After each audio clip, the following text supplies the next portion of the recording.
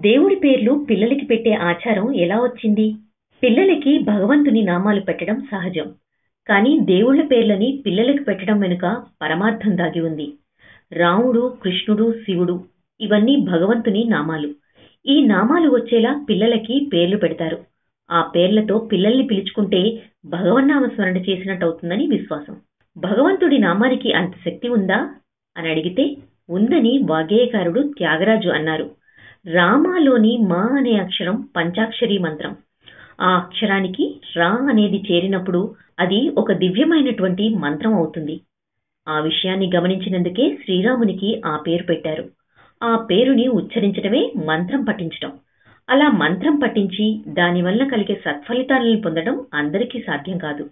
కాబట్టి వారి వారి పిల్లలకి రాముడని, కృష్ణుడని పేర్లు పెడతారు. ఆ పేర్లతో పిల్లల్ని పిలుచుకుంటూ భగవన్నామ స్మరణ వల్ల కలిగే లాభాన్ని పొందుతారు. ఈ నమ్మకంతోనే దేవుడి పేర్లు పిల్లలకి పెట్టే ఆచారం ఏర్పడిందని పురోహితులు చెబుతున్నారు. Like and subscribe Eagle Media Works.